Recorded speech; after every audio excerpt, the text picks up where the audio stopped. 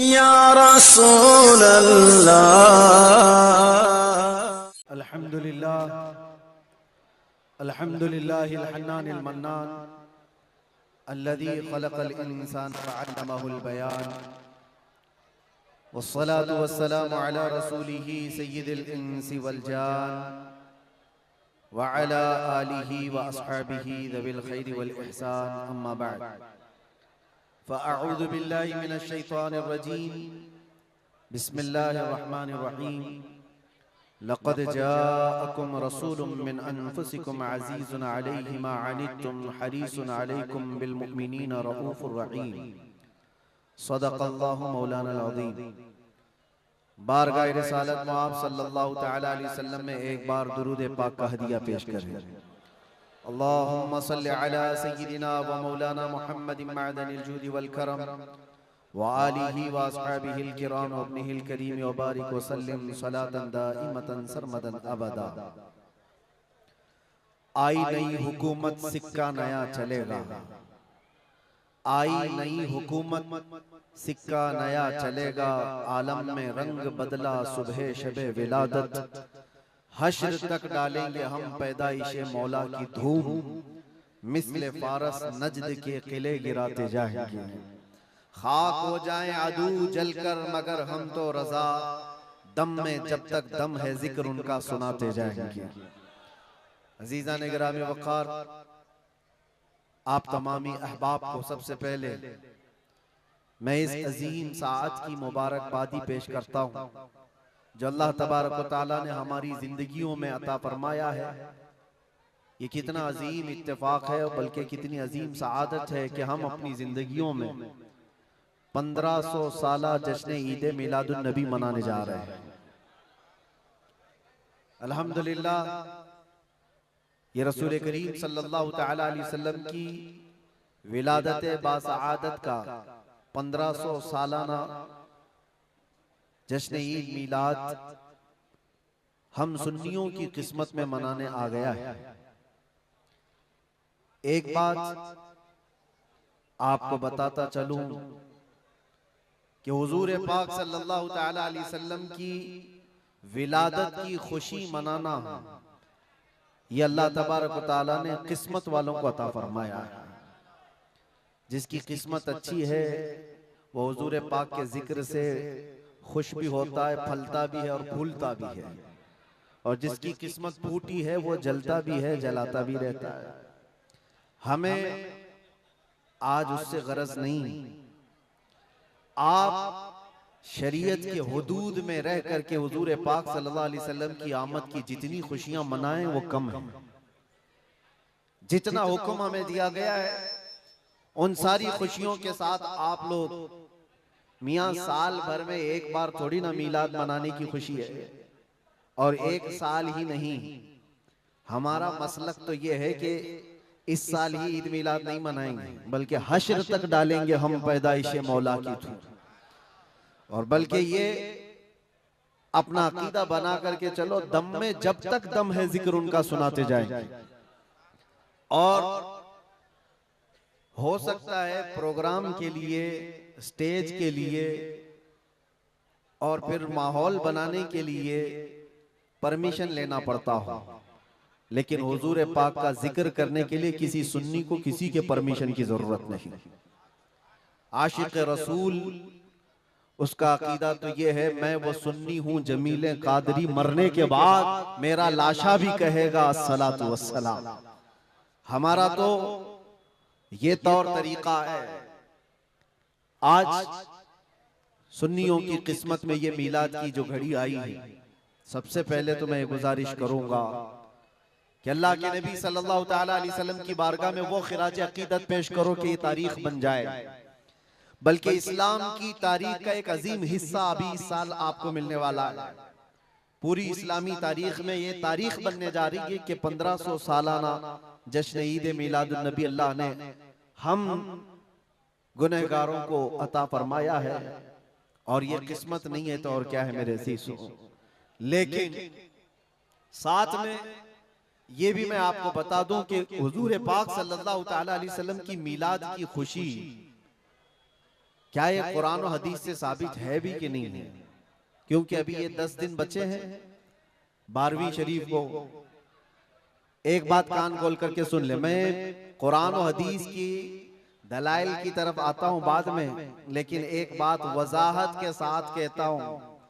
हुजूर पाक सल्लल्लाहु ताला अलैहि वसल्लम की विलादत बासआदत 12 रबीउल अव्वल शरीफ को हुई। असह रिवायात और अरजह रिवायात के मुताबिक हर साल हुजूर की विलादत की खुशी हम 12 रबीउल अव्वल को ही मनाएंगे, अगरचे किसी और की तरफ से, डिपार्टमेंट की तरफ से या पुलिस वालों की तरफ से जुलूस किसी और भी दिन निकलता हो, 12 रबीउल अव्वल को 12वीं ही होगी। हुजूर पाक सल्लल्लाहु ताला अलैहि वसल्लम की विलादत 12 रबीउल अव्वल शरीफ को हुई और ये कयामत तक डेट बदली नहीं जाएगी इंशाअल्लाह। और जो कुरान और हदीस की बात मैं अर्ज कर रहा हूं, सबसे बड़ी बात तो ये है, आप रसूल पाक सल्लल्लाहु अलैहि वसल्लम को खुदा समझते हैं या खुदा का रसूल समझते हैं? खुदा का रसूल समझते हैं तो फिर मीलाद मनाओ, इसलिए कि खुदा की मीलाद नहीं हो सकती। खुदा की मीलाद नहीं हो सकती क्योंकि अल्लाह के बारे में अकीदा क्या है हमारा? लम यलिद वलम यूलद, वो ना किसी से पैदा हुआ ना उससे कोई पैदा होगा। अल्लाह किसी से पैदा नहीं हुआ और अल्लाह के पैदा होने की कोई तारीख नहीं बनाई जा सकती, उसकी मीलाद नहीं हो सकती। और रसूल पैदा हुए हैं 12 रबीउल अव्वल शरीफ को। आपकी माँ भी है और आपके बाप भी हैं और आपसे भी लोग, आपसे भी बच्चे पैदा हुए हुजूर पाक सल्लल्लाहु अलैहि वसल्लम से। तो हम पूरी दुनिया में हुजूर की मीलाद मना करके शिर्क को तोड़ने वाला अमल करते हैं, शिर्क को तोड़ने वाला अमल करते हैं। कोई हमारी तरफ जो शिर्क का फतवा देता है उसे कान खोलकर सुन लेना चाहिए। मीलाद मनाकर हम बताते हैं हम मोहम्मद अरबी सल्लल्लाहु अलैहि वसल्लम को खुदा नहीं समझते बल्कि खुदा का रसूल समझते हैं। अगर खुदा समझते या खुदा के बराबर समझते तो हुजूर की मीलाद कभी नहीं मनाते, क्योंकि अल्लाह की मीलाद नहीं मनाई जाती तो हम रसूल की भी मीलाद नहीं मनाते। दोनों को अगर बराबर समझते नहीं, हम सुन्नियों का अकीदा ये है, मैं मानता हूं अक्ल वालो मेरा मोहम्मद खुदा नहीं है, मगर दिलों में ये नक्श कर लो कि वो खुदा से जुदा नहीं है। यह हमारा है। रसूल करीम सल्लल्लाहु ताला अलैहि वसल्लम की मीलाद मनाना शिर्क को तोड़ने वाला अमल है, शिर्क को खत्म करने वाला अमल है। और आपको एक बात ये भी बता दूं, हुजूर अकरम सल्लल्लाहु ताला अलैहि वसल्लम की विलादत जिस दिन हुई थी पूरी कायनात में बहुत कुछ तब्दीलियां आई थी, जो सही रिवायात में मौजूद हैं। बहुत तब्दीलियां आई थी। अरब उस वक्त जो रेगजार था, सहरा था, सब्जा देने लग गया, बारिशें बराबर होने लग गई। अरब में आज भी बारिश नहीं होती है, साल में 2-4 बार बारिश के कतरात गिर गए, अलग बात है। मौसम बाज़ाब्ता जैसे बारिश का यहाँ होता है नहीं होता। लेकिन जिस साल हुजूर पाक सल्लल्लाहु अलैहि वसल्लम की विलादत होने वाली, अरब में सब्जे उगने लग गए या बारिश होने लग गई है।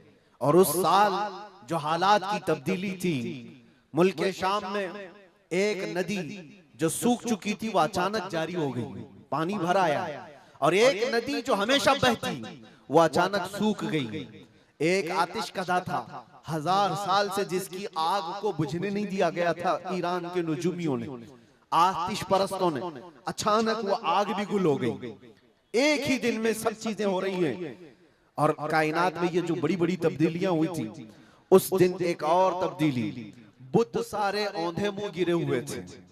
जो 12 रबीउल अव्वल शरीफ का दिन था, ये सही रिवायात से मैं बता रहा हूं, बुत औंधे मुंह गिरे हुए। लेकिन एक बहुत बड़ा मसला हुआ था जिसकी तरफ इमाम अहले सुन्नत फाजिल बरेलवी रहमतुल्लाह ताला अलैह अपने शेर में इशारा करते हुए फरमाते हैं, क्या एक बहुत बड़ी तब्दीली ये हुई थी कि मुल्क फारस का जो बादशाह है किसरा, उसका किला इतना मजबूत था कि उसकी हिफाजत के लिए 1 लाख फौजी खड़े रहते थे, सिर्फ किले की हिफाजत के लिए। और वो किला इतना मजबूत कि उनका दावा था, उनका चैलेंज था कि इसको कोई तोड़ नहीं सकता, इसको मिटा नहीं सकता। लेकिन 12वीं शरीफ का दिन या सुबह के वक्त अचानक किले के अंदर जलजला आया और दीवार फट गई।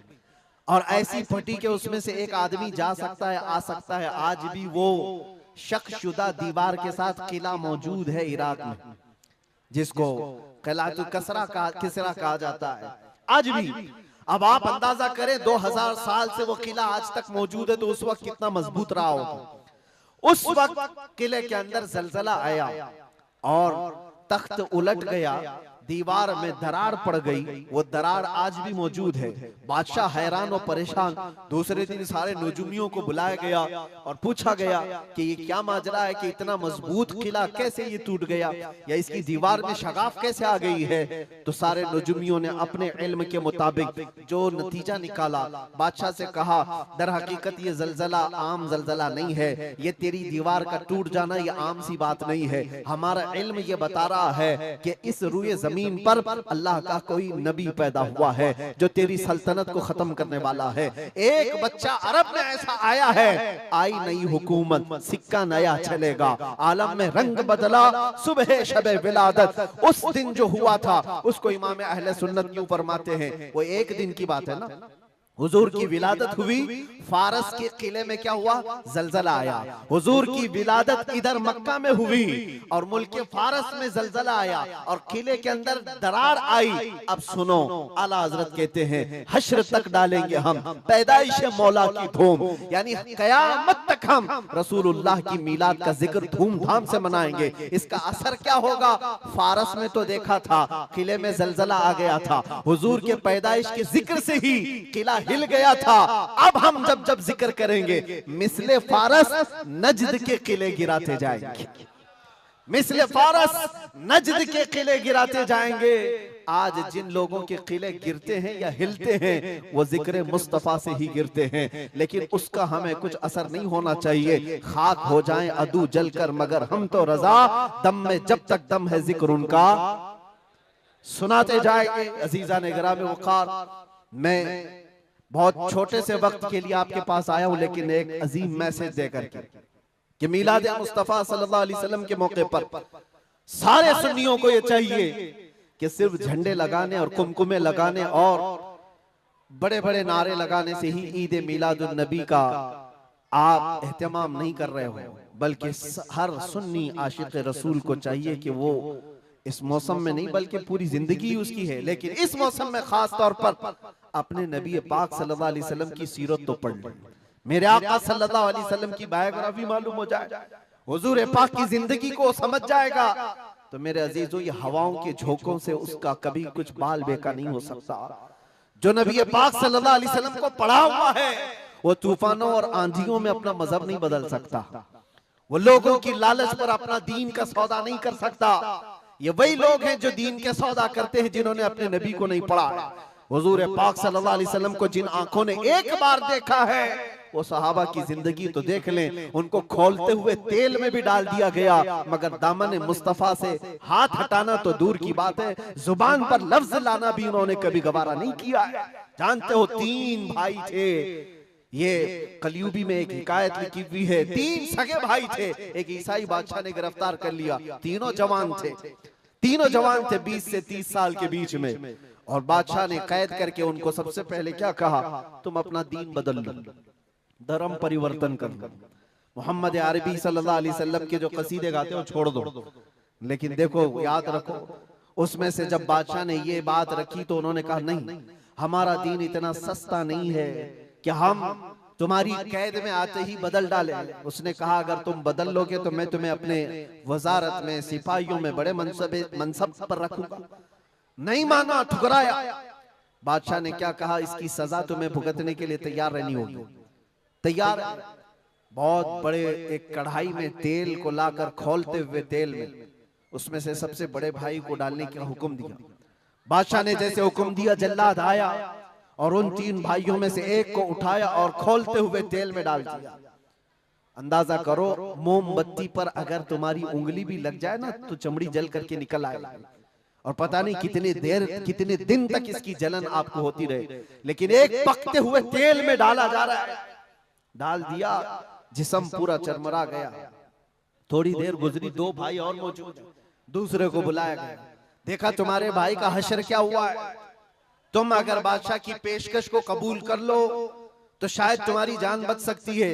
दूसरे ने मुस्कुराया और कहा, वही शायद उनकी ही जुबान थी जो बरेली से यूं आती है, जिंदगी ये नहीं किसी की किसी के लिए। जिंदगी है नबी की, नबी के लिए। मेरे बड़े भाई को जलाने के बाद अब तो तुमने और भी मुश्किल कर दिया है फैसला। मैं इस बात के लिए तैयार हूं कि इससे बड़े तेल में भी मुझे डाला जाए, लेकिन जुबान पर मेरे मुस्तफा के दामन को छोड़ने वाली बात कभी नहीं ला सकता। दूसरे भाई को भी उठाया गया और खोलते हुए तेल में डाल दिया। 2 भाइयों की शहादत हो गई जगह पर ही। वो तेल में डालना जुबान पे अल्फाज हो सकता है, आसानी से हम बोल रहे हैं और आप आसानी से सुन रहे हैं। प्रैक्टिकल जिसके साथ होगा वो अंदाजा कर सकता है दर्द और कर्ब किसको कहते हैं, शिद्दत की तकालीफ किसको कहते हैं। मेरे अजीजों, तीसरा जो नौजवान था वो बहुत ही कम उम्र का था, 22 से 23 साल का होगा। बादशाह का जो वजीर वहां पर था उसने देख करके बादशाह से कहा, इस लड़के को मेरे हवाले कर दीजिए, मैं इसको बदल करके लाऊंगा, मेरा चैलेंज है। क्यों जान इसकी भी ले लेंगे, मैं इसको बदल करके लाऊंगा। इतने मजबूत लोग कैसे हो सकते हैं अरब के कि खोलते हुए तेल में इनके भाइयों को डाला गया तब भी ये बदल नहीं रहे। 2 को मरते हुए, अरे यहाँ 1 को डंडा पड़ते हुए देखकर सारे भाग जाएं और ये 2 को जलते हुए देख करके भी टस से मस नहीं होते। कैसा अकीदा है, कैसा तसल्लुब है इनका। बादशाह ने कहा, किस बात पर तुम्हें यकीन है कि इसको तुम बदल लाओगे। उसने कहा, मुझे भरोसा है, आप मुझे दीजिए 1 महीने का टाइम, इसको बदल कर न लाऊं तो फिर मुझे आप जो सजा दे। बादशाह ने कहा, ठीक है ले जाओ। तीसरे को खोलते हुए तेल में डालने की बजाय बादशाह ने अपने वजीर के हवाले कर दिया। और दुनिया देखो, वो मेरे अजीजों याद रखो, आशिकाने मुस्तफा से 2 इम्तिहान हर जमाने में होते रहेंगे, आज भी हो रहे हैं और होते रहेंगे। पहला इम्तिहान, मौत से डरा करके तुम्हारा दीन छीन लिया जाएगा। मौत से डरा करके ये हो जाएगा, वो हो जाएगा, तुम्हें ये कर दिया जाएगा, वो कर दिया जाएगा। मौत का डर, खौफ तुम्हारे कदमों में डगमगाहट लाने के लिए लाया जाता है। अगर मौत से नहीं डरता कोई आदमी तो उसके साथ दूसरा पेंतरा क्या खेला जाता है। ये दुनिया का दस्तूर है, हमेशा से जब देखती है दुनिया के ये मौत से डरता नहीं है तो फिर इसको औरत और दौलत की लालच से खरीदने की कोशिश की जाती है। ये 2 चीजें ऐसी हैं जो अच्छे अच्छों का सौदा कर जाती हैं। बहुतों ने अपना ईमान सिर्फ शबाब पर बेच दिया है, हुस्न शबाब को देख करके। औरतों के दिल दादा हुए या दौलत के दिल फरेब हो गए और उन्होंने अपना दीन का सौदा कर लिया है। नौजवानों याद रखो, तुम्हारी जिंदगी में अगर ये 2 इम्तिहानों में से कोई इम्तिहान आए तो अपने नबी पाक को याद कर लेना, हुजूर को याद कर लेना और अल्लाह के नबी सल्लल्लाहु अलैहि वसल्लम की बारगाह में ये इस्तिगासा कर लेना कि मेरे आका, बड़ा सख्त और कठिन वक्त आया है। दुनिया मौत से डरा करके कभी मेरा ईमान छीनने की कोशिश कर रही है, अगर उससे मैं नहीं डगमगाया तो दुनिया मुझे हुस्न शबाब की लालच दे करके अपनी तरफ लेना चाहती है। अब उस वजीर ने क्या किया, उस छोटे से नौजवान लड़के को अपने घर ले गया और उसकी बेटी थी जो निहायत हसीन और जमील, बहुत खूबसूरत लड़की उस वजीर की थी। अपनी बेटी को बुलाया और कहा, बेटी तेरे लिए एक काम देता हूँ, 1 महीना हमको मिला है, इस नौजवान को अपनी मोहब्बत में, अपने हुस्न जमाल में लेकर के आजा, बादशाह सलामत से जो इनाम चाहे तुझे ला करके दे दूंगा। अपनी लड़कियां आशिकाने मुस्तफा को खरीदने के लिए कल भी भेजे जाते थे, आज भी भेजी जा रही है। हो सकता है बहुत सारी जगहों पर जो हमारे लोग मुर्तद होते जा रहे हैं, वो जो बच्चियां आज अपने दीन और ईमान का सौदा करके भागती हैं किसी गैर के साथ और कहीं जा करके शादियां रचाती, वो ये समझती हैं कि ये कॉमन सी बात है।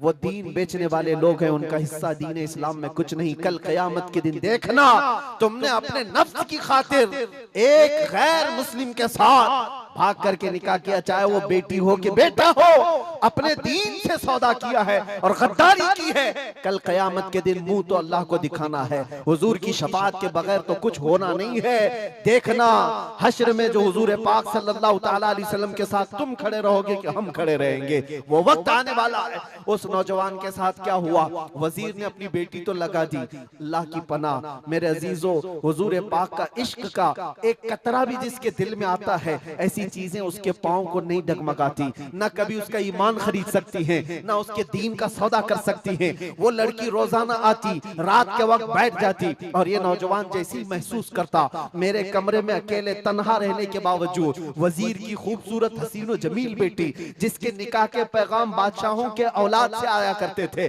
शहजादे निकाह का पैगाम भेजा करते, वो लड़की मेरे पास आकर बैठ जा रही है।